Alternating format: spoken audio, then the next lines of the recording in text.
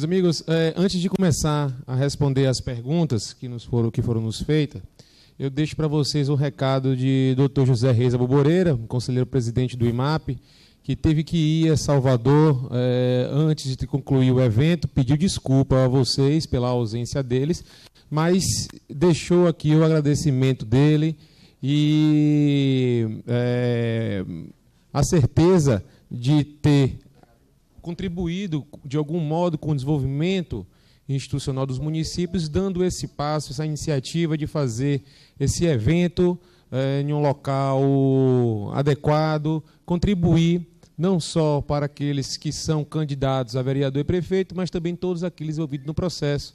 E informar que ainda esse ano o IMAP estará planejando um evento desse mesmo porte no interior do estado, nos mesmos municípios em que houve esse evento, acrescentando ainda Juazeiro, Irecê e Paulo Afonso. Então, dessa vez serão 10 municípios que o IMAP pretende fazer o evento, pelo menos a partir da segunda, do final de outubro, a partir de 19 de outubro, pelo menos, né? O curso vai ser voltado aos 100 dias do governo, da gestão do Legislativo e no Executivo, para aqueles que foram eleitos, tá bom? As perguntas relativas à inelegibilidade e prestação de contas e arrecadação, nós vamos disponibilizar no site e vamos responder por e-mail aqueles que prestaram essa informação no formulário. Houve, entretanto, uma pergunta relativa às condições de elegibilidade que foram feitas de forma recorrente, embora o doutor Boreira que tenha ministrado essa palestra, eu vou tomar a liberdade aqui de responder justamente porque me pareceu que muitas pessoas estão interessadas.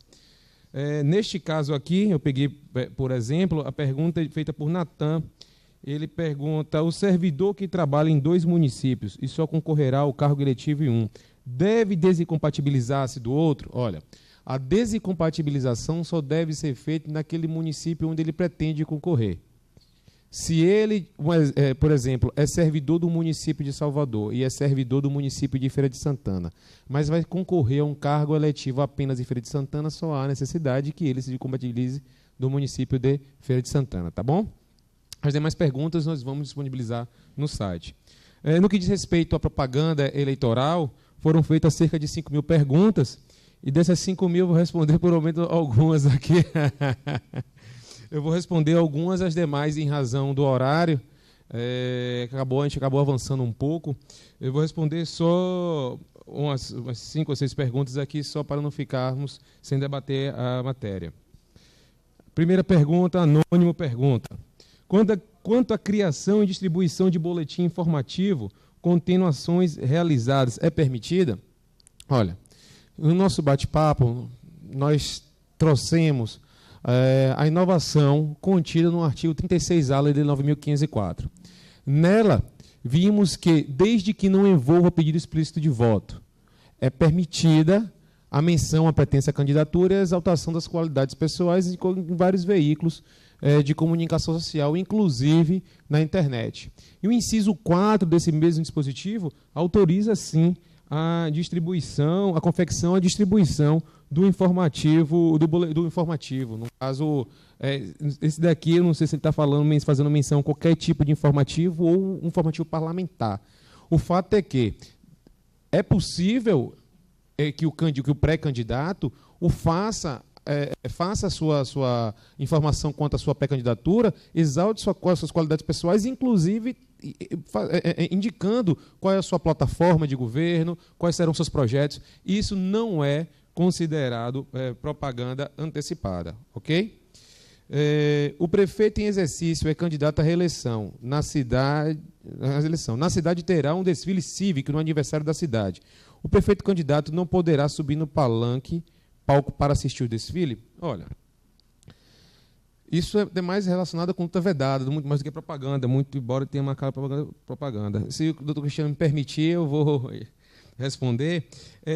Na verdade, o que se veda é que o agente público utilize de determinadas situações promovidas pelo ente federado, pelo município, no caso, como obras, inauguração de obras ou eventos em que há a presença da população em massa para se promover. Óbvio que um evento como um aniversário da cidade ou um evento cívico é uma coisa que acontece não só no ano da eleição, mas todos os outros anos. E é natural que haja uma presença de uma autoridade, das autoridades lá.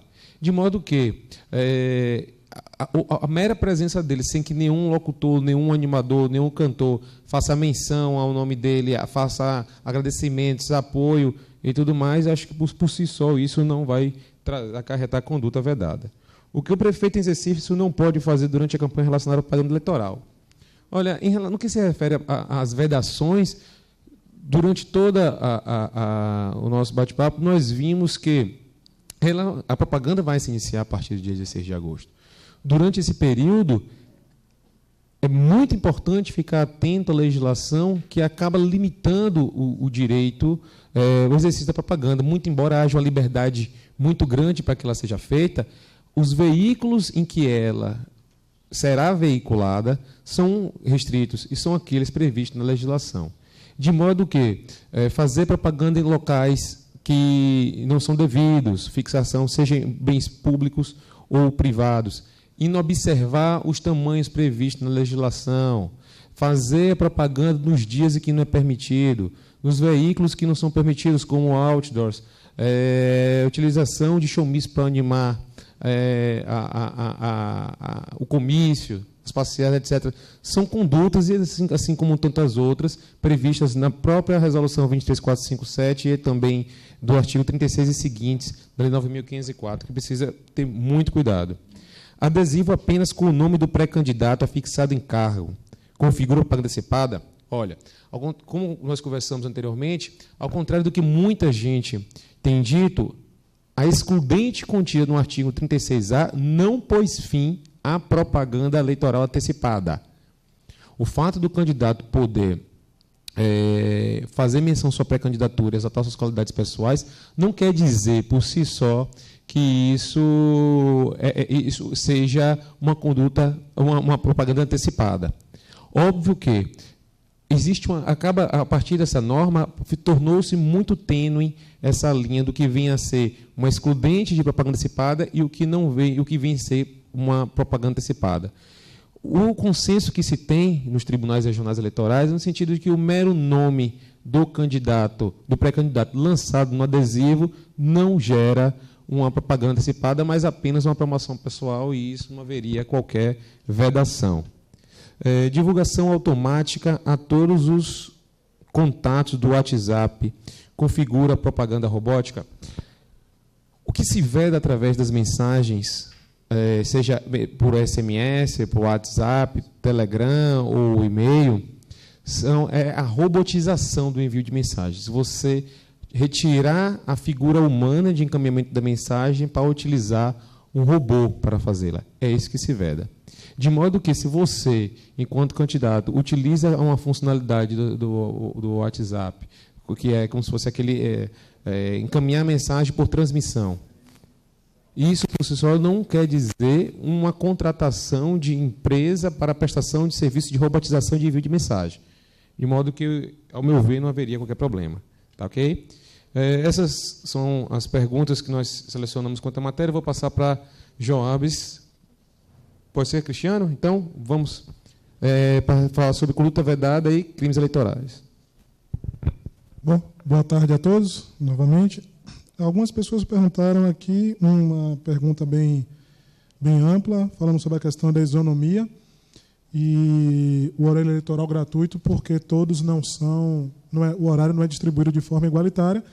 Aí seria uma outra questão, estaríamos em discussões aqui, em relação a isso aqui, mas é a questão de normatização, está previsto em lei, infelizmente a gente não tem muito o que discutir, teria que haver uma discussão a nível de Congresso Nacional para entrar nesse mérito. Bom, em relação às questões de crimes eleitorais, quais as medidas de combate e punição a crimes de calúnia e difamação boatos, mentiras, cometidas por cabos eleitorais contra candidatos em mídias sociais, sendo o conteúdo das palavras exclusivamente relacionados à campanha. Pois bem, calúnia e difamação já sabemos que é imputação de falso crime.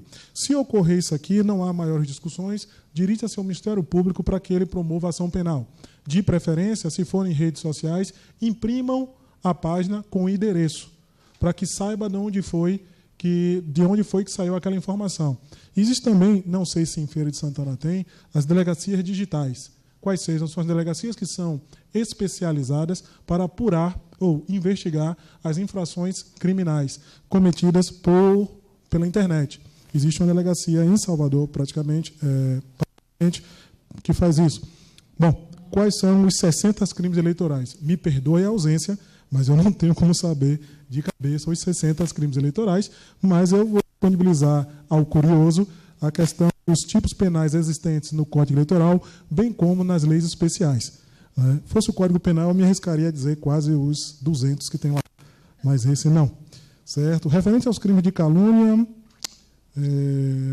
praticados, creio eu, através de fakes falsos em redes sociais, como podemos denunciar o cartório eleitoral? Novamente, a questão do fake falso, inclusive eu advoguei num caso como esse, em que uma questão de eleição de escolas, uma professora não queria que aquela chapa fosse eleita e ela criou vários fakes falsos no sentido de macular de alguma forma a imagem das candidatas.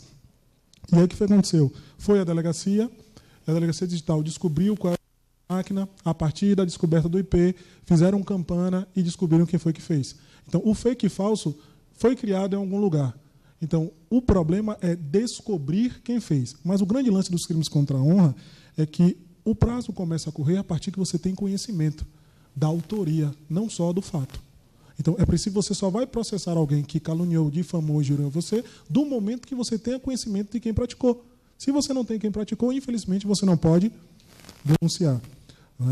Outras perguntas aqui, que eu vou responder quase no bloco, sobre condutas verdadas, pode o prefeito fazer atendimento com doação avulsa de custo e cestas básicas? Evidentemente que não. O candidato à reeleição pode, em período de campanha, distribuir pessoalmente materiais esportivos? Óbvio que não está previsto, não é um programa que estava, Numa situação onde o aliado de candidato distribui tickets de combustível, onde o combustível será utilizado nas carreatas do candidato, o candidato pode ser penalizado? Sim. Se ele souber e tiver de conluio, claro que ele pode ser o quê? Responsabilizado. As outras perguntas eu vou reservar de colocar no site para maiores esclarecimentos. Passamos então para Joabes, para tratar sobre as questões partidárias. Primeira pergunta é muito interessante, que ela fala da questão da possibilidade de duplicidade de filiação. Com o advento da Lei 13.165 e com a resolução do TSE que produziu filia web, é praticamente impossível isso acontecer, porque vai ficar valendo sempre aquela última do filia web. Então, eu não vi nenhum caso até agora, mas acho que não vai acontecer. Isso aqui é interessante. Pode o partido, no convite que as convenções, em que pedem ser públicas, qualquer cidadão pode participar, mas só os convencionais têm direito a voto. Okay? Mas pode eu, presidente do partido, já colocar foto do pré-candidato no convite? Aperto de mente, indução. E se ele não ganhar? E se tiver mais de um candidato? Então, não é de bom jeito e não é correto, porque eu já estou induzindo que esse pré-candidato é aquele que será o vencedor na convenção. Então, isso não é correto. E a última é, a produção da ata da convenção é feita pelos partidos e depois pela coligação? Ora, cada partido faz sua ata e autoriza a coligação. No entanto, essa coligação só existe quando registrada. E quando registrada, não tem mais convenção. A coligação só existe a partir do momento que eu publico a ata e registro em cartório. É óbvio que não pode ter dentro da convenção. Olha, já que fizemos todas as atas, vamos agora fazer uma da coligação. Não existe essa possibilidade ainda no mundo jurídico. Ela só registrada que a coligação passa a valer.